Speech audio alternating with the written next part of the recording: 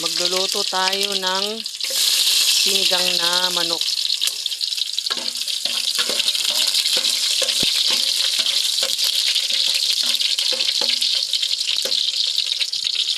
Igigisa muna natin yung mga pangsahog para masarap.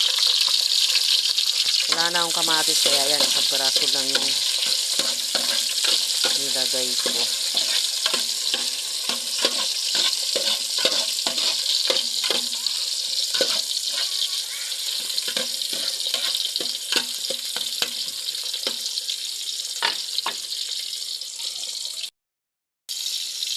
Lagyan na natin yung mangga. Yan ang pang-asim natin.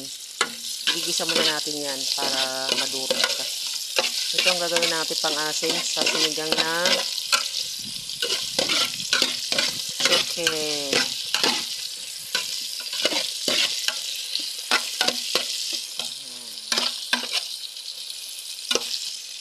Kaya muna natin siyang lumambot hanggang sa madurog.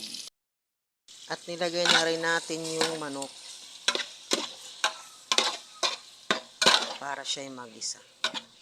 Wala yung kanyang langsa.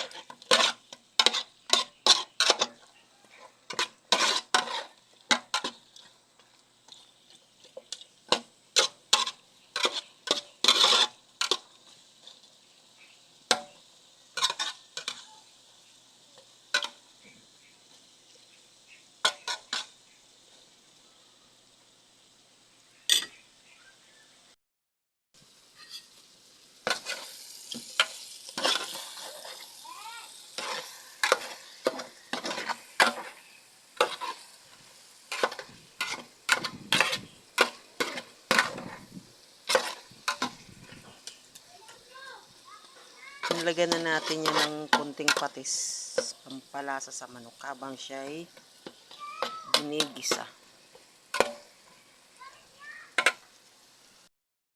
Manguha nga tayo ng ipangahalo natin doon sa sinigang. Medyo matanda na yung mga kangkong natin. Kaya pipili lang tayo ng pwede nating magamit. Yan. Diba? Daon lang ang kailangan natin. Kailangan yung medyo bata pang kukunin natin. Ano? Ayan nga, kumulo na. Lalagyan na natin yung kinuha natin na kangkong. Para lumambot din yung kangkong. Matigas kasi siya. Yan. Kangkong sa tabi-tabi. Hindi mo na kailangang mamili sa palengke. Diba? O. Yan. Pakukulaan muna natin. Mukhang luto na siya.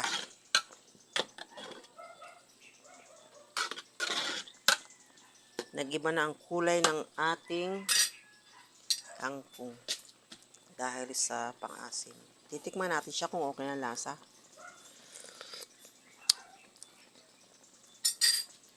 Siya ay matabang. Natin siya uli.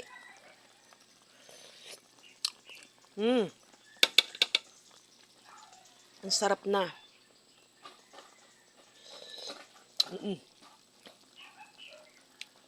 Sarap na. Luto na siya, guys. Ang lulutuin natin ay itong binabad ko na chicken. Binabad ko siya sa patis, kalamansi. May mga pang ano na yan, pampalasa na yan. Talagyan na lang natin ng harina. Piprito na nga tayo. Ayan.